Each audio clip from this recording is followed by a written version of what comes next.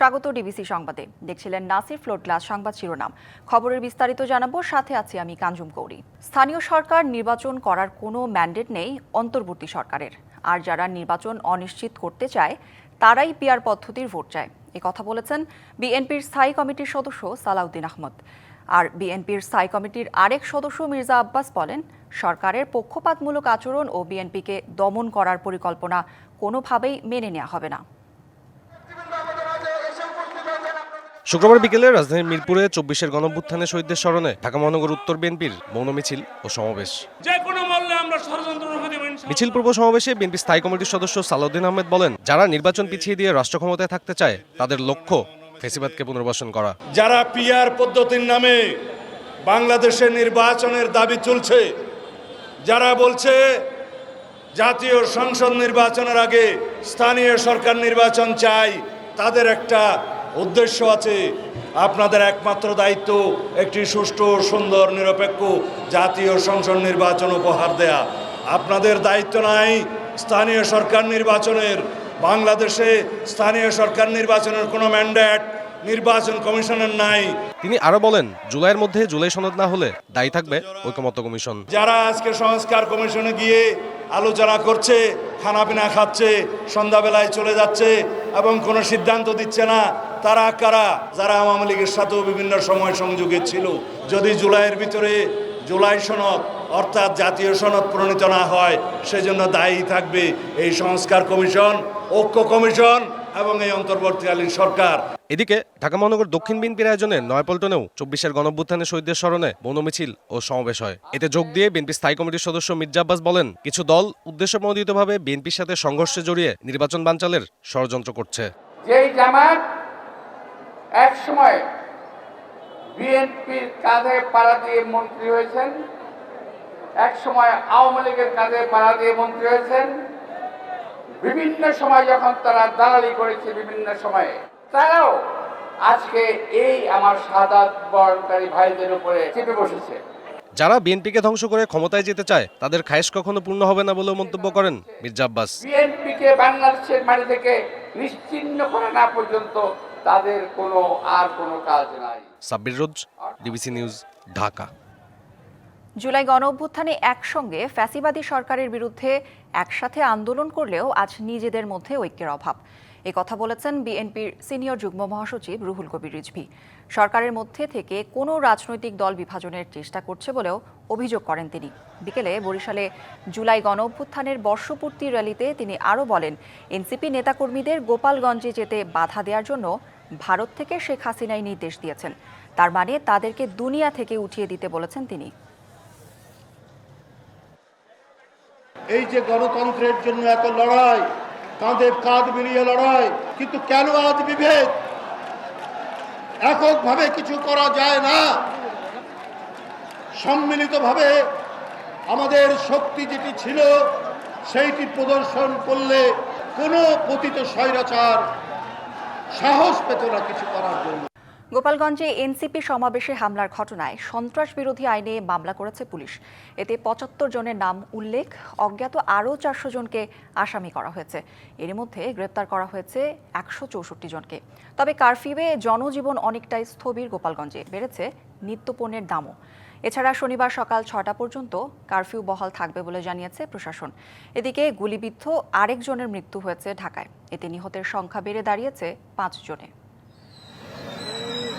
গত ১৬ জুলাই গোপালগঞ্জে এনসিপির সমাবেশের আগে পরে হামলা হয়। আইনশৃঙ্খলা রক্ষাকারী বাহিনীর সাথে সংঘর্ষ হয় নিষিদ্ধ ছাত্রলীগ ও আওয়ামী লীগ নেতাকর্মীদের। ঘটে প্রাণহানির ঘটনা। এদিন রাত ৮টা থেকে জারি করা হয় কারফিউ। অতি জরুরি বিষয় ছাড়া কারফিউতে বন্ধ সবকিছুই, যাতে অনেকটা স্থবির হয়ে পড়েছে জনজীবন। শুক্রবার বেলা ১১টা থেকে দুপুর ২টা পর্যন্ত শিথিল ছিল কারফিউ। তখন দরকারি কাজ সারার চেষ্টা করেন সাধারণ মানুষ। এখন আমরা ভাবতে পারি যে আমরা মুগ্ধ, এখন আর হামলা টামলা হবে না। কারফিউ চলাকালীন সময় আসলে আমাদের সব রকমের সেবা বন্ধ থাকে। এদিকে কারফিউয়ের মধ্যে বেড়েছে নিত্যপণ্যের দাম। এক কেজি ১০টা 15টা 20 টাকা বাড়ছে কোন জিনিসই। বেগুন ১০০ টাকা কেজি, মুড়ি ৫০ টাকা। খালি দাম বাড়ছে নাকি? আলু এই যে ৫০ টাকা কেজি বেচতেছে।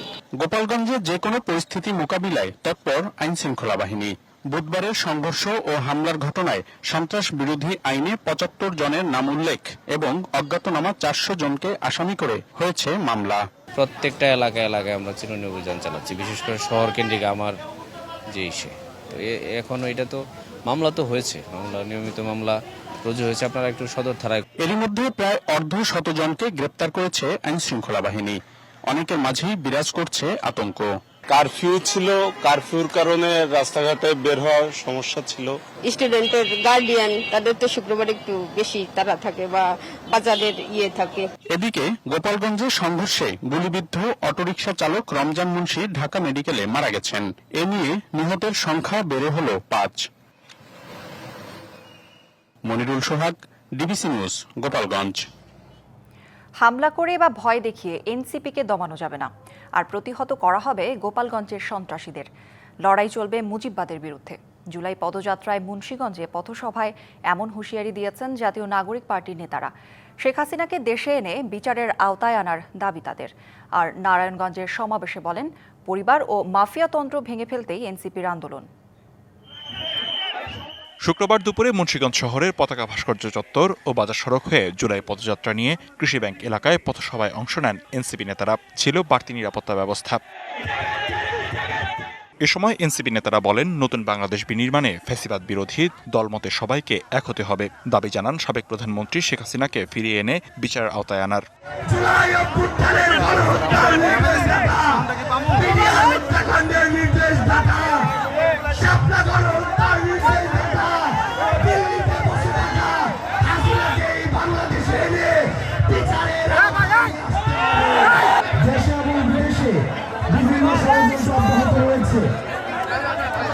আমাদের ফ্যাসিবাদ বিরোধী যে রাজনৈতিক দলগুলো রয়েছে, এই ফ্যাসিবাদ বিরোধী রাজনৈতিক দল মত সবাইকে ঐক্যবদ্ধভাবে পরবর্তী বাংলাদেশ বিনির্মাণে আমাদের একসাথে কাজ করতে হবে। এ সময় এনসিপির আহ্বায়ক নাহিদ ইসলাম বলেন, গোপালগঞ্জে নয় বাংলাদেশের অন্য কোথাও হামলা করেও এনসিপিকে দমন করা যাবে না। ফ্যাসিবাদী ব্যবস্থার বিরুদ্ধে লড়াই চলবে। বাংলাদেশের আরো 10টা জায়গায় হামলা চালানো হবে, আমাদেরকে দমন করা যাবে না।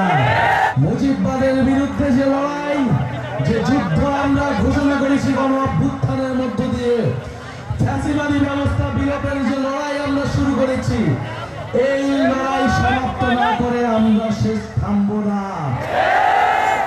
এরপর নেতাকর্মীরা যান নারায়ণগঞ্জে। পদযাত্রা শেষে চাষারায় সমাবেশে নেতারা বলেন, ভারত যদি এখানে সেবা দাসত্ব প্রতিষ্ঠার স্বপ্ন দেখে, দেশের মানুষ তা প্রতিরোধ করবে।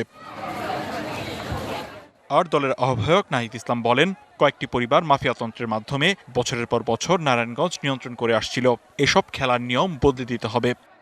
এই মাফিয়া সিস্টেমের সাথে আমরা খেলবো না। পদযাত্রায় জুলাই অভ্যুত্থানের নায়কদের দেখতে সাধারণ মানুষের ছিল উপচে পড়া ভিড়। বাসাবাড়ির ছাদ থেকে শুরু করে রাস্তার ডিভাইডারে ছিল দীর্ঘ line. Likhankanti Bhowmik, DBC news desk.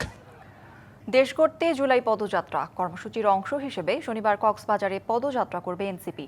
এর অংশ হিসেবে শুক্রবার রাতেই কক্সবাজারে পৌঁছবেন কেন্দ্রীয় নেতারা।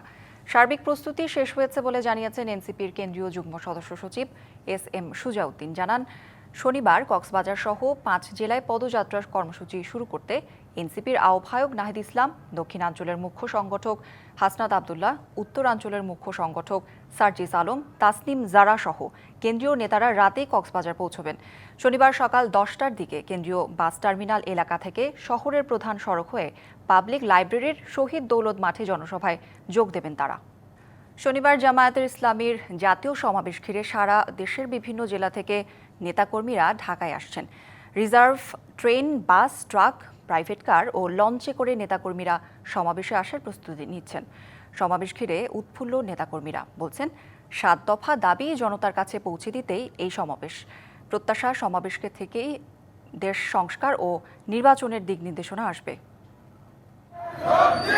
শনিবার রাজধানীতে জামায়াতে ইসলামী সমাবেশ ঘিরে ব্যাপক প্রস্তুতি সারা দেশেই। বিভিন্ন জেলা থেকে নেতাকর্মী ও সমর্থকরা যোগ দিতে ঢাকায় আসছেন। দেশের সর্বোত্তরের জেলা পঞ্চগড় থেকে 2000 নেতাকর্মী সমাবেশে যোগ দেবেন। ভাড়া করা হয়েছে 6টি বাস। এছাড়া অনেক নেতাকর্মী ট্রেন ও নিজস্ব ব্যবস্থাপনায় আসবেন ঢাকায়।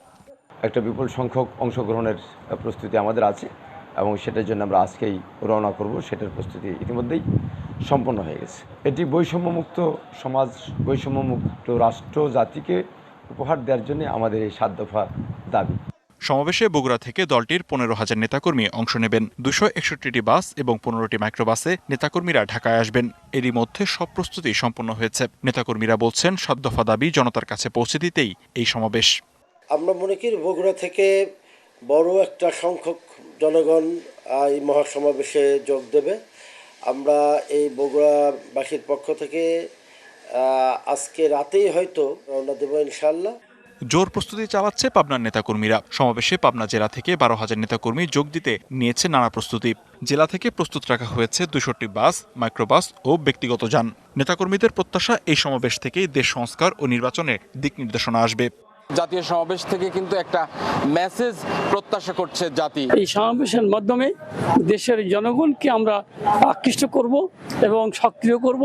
সিরাজগঞ্জ থেকে 15,000 নেতাকর্মী সমাবেশে যোগ দেবেন। ভাড়া করা হয়েছে একটি ট্রেন, 225টি বাস ও 8টি মাইক্রোবাস এবং একটি ট্রাক।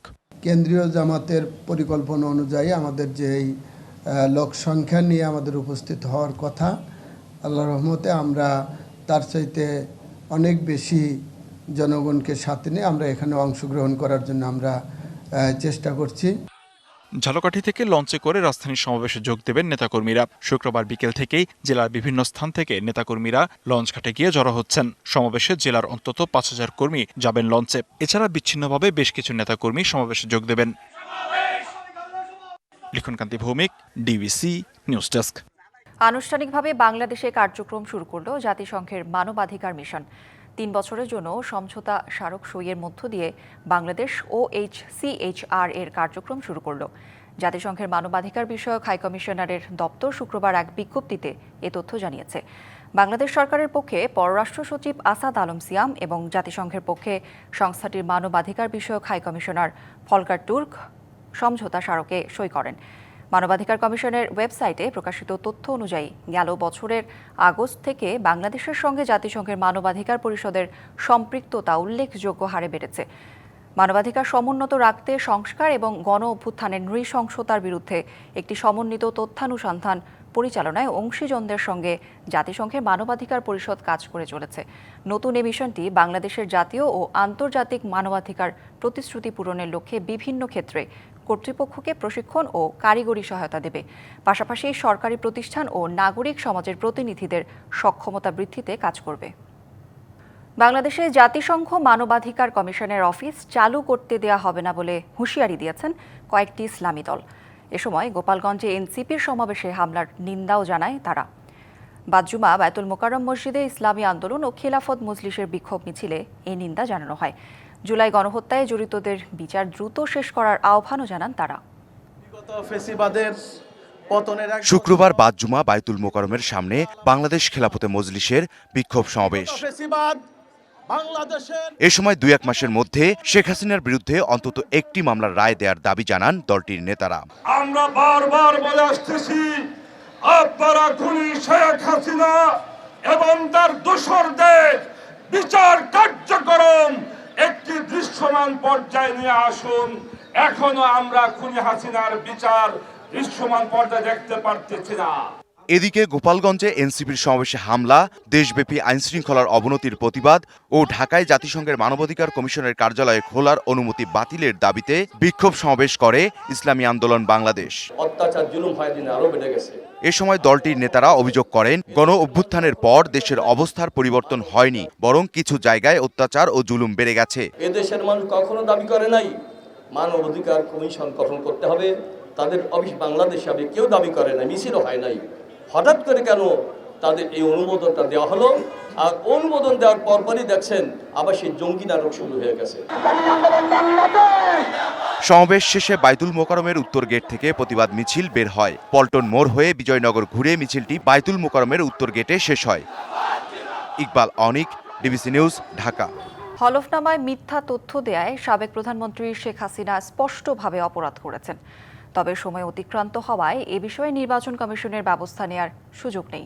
দুদকের সচিবকে এক চিঠিতে এমনটাই জানিয়েছে নির্বাচন কমিশন। তবে সাংবিধানিক সংস্থাটি বলছে, অপরাধ করায় শেখ হাসিনার বিরুদ্ধে সংশ্লিষ্ট কর্তৃপক্ষের মামলা করার সুযোগ রয়েছে। ইসি চিঠিতে আরও জানায় 2008 সালের নবম জাতীয় সংসদ নির্বাচনে জমা দেয়া হলফনামায় মিথ্যা তথ্য দিয়ে শেখ হাসিনা দণ্ডবিধির 181 ধারার অপরাধ সংগঠন করেছে। এর আগে শেখ হাসিনা নবম জাতীয় নির্বাচনে দাখিল করা হলফনামায় সম্পদের ঘোষণায় অসত্য তথ্য দেয়ায় গণপ্রতিনিধিত্ব আদেশ 1972-এর আওতায় আইনি ব্যবস্থা নিতে গেল 22 মে ইসিকে চিঠি দিয়েছিল দুদক। প্রায় 3 মাস ধরে পরীক্ষামূলক সম্প্রচার চালানোর পর শুক্রবার আনুষ্ঠানিকভাবে স্টারলিংক তার সেবা চালু করে। প্রতিষ্ঠানটি বিটিআরসি থেকে স্যাটেলাইট অপারেটর লাইসেন্স এবং রেডিও কমিউনিকেশন অপারেটর লাইসেন্স পায়, যার বৈধতা 10 বছর। শুক্রবার বিকেল 5:30টায় রাজধানীর হোটেল ইন্টারকন্টিনেন্টালে এক সংবাদ সম্মেলনে এ তথ্য জানান ডাক ও টেলিযোগাযোগ মন্ত্রণালয়ের প্রধান উপদেষ্টার বিশেষ সহকারী ফয়েজ আহমেদ তৈয়ব। এর আগে রাষ্ট্রীয় অতিথি ভবন যমুনায় প্রধান উপদেষ্টা মোহাম্মদ ইউনুসের সঙ্গে বৈঠক করেন স্পেস এক্সের ভাইস প্রেসিডেন্ট লরেন ড্রেয়ার। বাংলাদেশে স্টারলিংক কার্যক্রম সফলভাবে চালু করতে সরকারের কর্মকর্তাদের প্রশংসা করেন লরেন।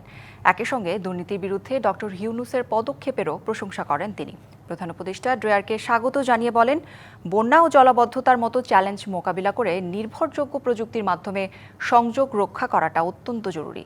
এছাড়াও পার্বত্য অঞ্চলে সংযোগ ব্যবস্থার ঘাটতি রয়েছে। পানি লাগবে, পানি। ছাত্র জনতার অভ্যুত্থানে মুগ্ধর সেই কণ্ঠস্বর তখন ছড়িয়েছিল টেকনাফ থেকে তেঁতুলিয়া। ঘাতকের বুলে জীবন থামিয়ে দিলেও জুলাই আন্দোলনের পোস্টার হয়ে আছেন মুগ্ধ। জুলাইয়ের এই শহীদদের পরিবার বলছে, স্বউদ্যোগে মুগ্ধকে হত্যার তথ্য প্রমাণ হাজির করার পরও জড়িত কাউকে গ্রেপ্তার না করা সরকারের ব্যর্থতা। রাজনৈতিক অনৈক্যে জুলাই আন্দোলনের সুফল নস্যাতের শঙ্কা তাদের। সিরাজুল ইসলাম রাসেলের ক্যামেরায় মিজান আহমেদের প্রতিবেদন। জুলাই আন্দোলনের আলোকিত এক নাম মীর মাহফুজুর রহমান মুগ্ধ, যার নাম উঠলেই সবার চোখে ভাসে নিঃস্বার্থ এক আহ্বান, পানি লাগবে, পানি। 18 জুলাই 2024 মুগ্ধকে গুলি করে হত্যার সিসিটিভি ফুটেজের দৃশ্য এটি, যেখানে দেখা যায় আততায়ীর গুলিতে উত্তরার আজমপুর সড়কে লুটিয়ে পড়ে মেধাবী এই ফ্রিল্যান্সার।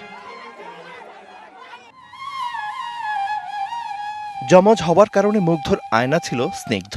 সবাই তাকে দেখে যেন মুগ্ধকেই স্মরণ করে, আর তাই শূন্যতার বোধটাও তার বেশি, যা একসময় জল হয়ে ধরা দেয় চোখের কোণে। নিজের মতন দেখতে একটা মানুষ যে ছোট থেকে যার সাথে একসাথে বড় হয়েছে, তার মৃতদেহটা দেখতে, তাকে কবরস্থ করতে কীরকম মনে হয়েছে সেটা আসলে বলে ভাষায় প্রকাশ করার মতন না। সময়ের পালা বদলে আবারও হাজির 18 জুলাই। পোশাকে থাকা ঘ্রাণে আদরের ছেলেকে খুঁজে ফেরেন এক সন্তানহারা পিতা। সে যে মারা গেছে বা মারা যাবো আমরা গুণা করে চিন্তা করি নাই, কারণ সে তো সবসময় সেবামূলক কাজে ছিল। ট্রাইব্যুনালে জুলাই গণহত্যার বিচারের গতি নিয়ে ক্ষোভ ছিল স্বজনদের কণ্ঠে। ফুটেজ সংগ্রহ করে দেবার পরও জড়িতদের গ্রেফতারে পুলিশের ব্যর্থতাকে তুষছেন তারা। বিচারের গতি তো নাই বললেই চলে। এইভাবে যদি বিচারের দৃশ্যমান যদি কোনো কিছু না হয়, তাহলে তো আমরা আসলে ফ্রাস্ট্রেশনে ভুগি। 1 বছর হয়ে যাবে, বিচারের কোনো একটা অগ্রগতি হবে না, সেটা তো কাম্য না। আসল ঘটনাটি বের করে নিয়ে আসে, সেটা আমরা নিজেরাই করেছি, কিন্তু এখন পর্যন্ত আমরা দেখতে পাই নাই যে মুগ্ধর রিলেটেড কাউকে আজ পর্যন্ত কোনো গ্রেফতার করা হয়েছে। গেল বছরের মূল্যায়নে শহীদদের আত্মত্যাগের প্রাপ্তি কতটুকু, সেই প্রশ্নের উত্তরও দেন তারা। গণতন্ত্রের মধ্যে মতভেদ থাকবেই, কিন্তু দেশের স্বার্থে সব মতভেদ ভুলা এক জায়গায় আসা ঐক্যবদ্ধ হওয়া উচিত। আমার কাছে মনে হয় না যে সেই প্রত্যাশা পূরণ হয়েছে। এই প্রত্যাশা পূরণ করার জন্য এই বাংলাদেশের আপামর জনতার, আপনার আমাদের সকলের একসাথে এগিয়ে আসতে হবে। শুধুই তৃষ্ণা মেটানো নয়, মুগ্ধের মতো তরুণদের লক্ষ্য ছিল শ্রেণীভেদহীন দেশ গড়া। রক্তস্নাত সেই আত্মত্যাগ ভুলে না যাবার আহ্বানও ছিল শহীদ স্বজনদের। সময়ের বিবর্তনে ফ্যাকাশে হচ্ছে গ্রাফিতির রং, জমেছে ধুলো। শহীদ স্বজনদের মনের অবস্থাও অনেকটাই তাই। যে বৈষম্যমুক্ত বাংলাদেশের স্বপ্ন দেখা হয়েছিল, সেখানে জল জল সূর্য ঢাকা পড়েছে হতাশা আর দীর্ঘশ্বাসের কালো মেঘে। আর এর উত্তরণে দূরদর্শী রাজনৈতিক নেতৃত্ব ও ঐক্যবদ্ধ প্রচেষ্টার কোনো বিকল্প নেই বলে মনে করেন শহীদ স্বজনরা। Mizan Ahmed, DBC news, Dhaka. Click ceiling fan, বিভিন্ন মডেলের কত ডিজাইন।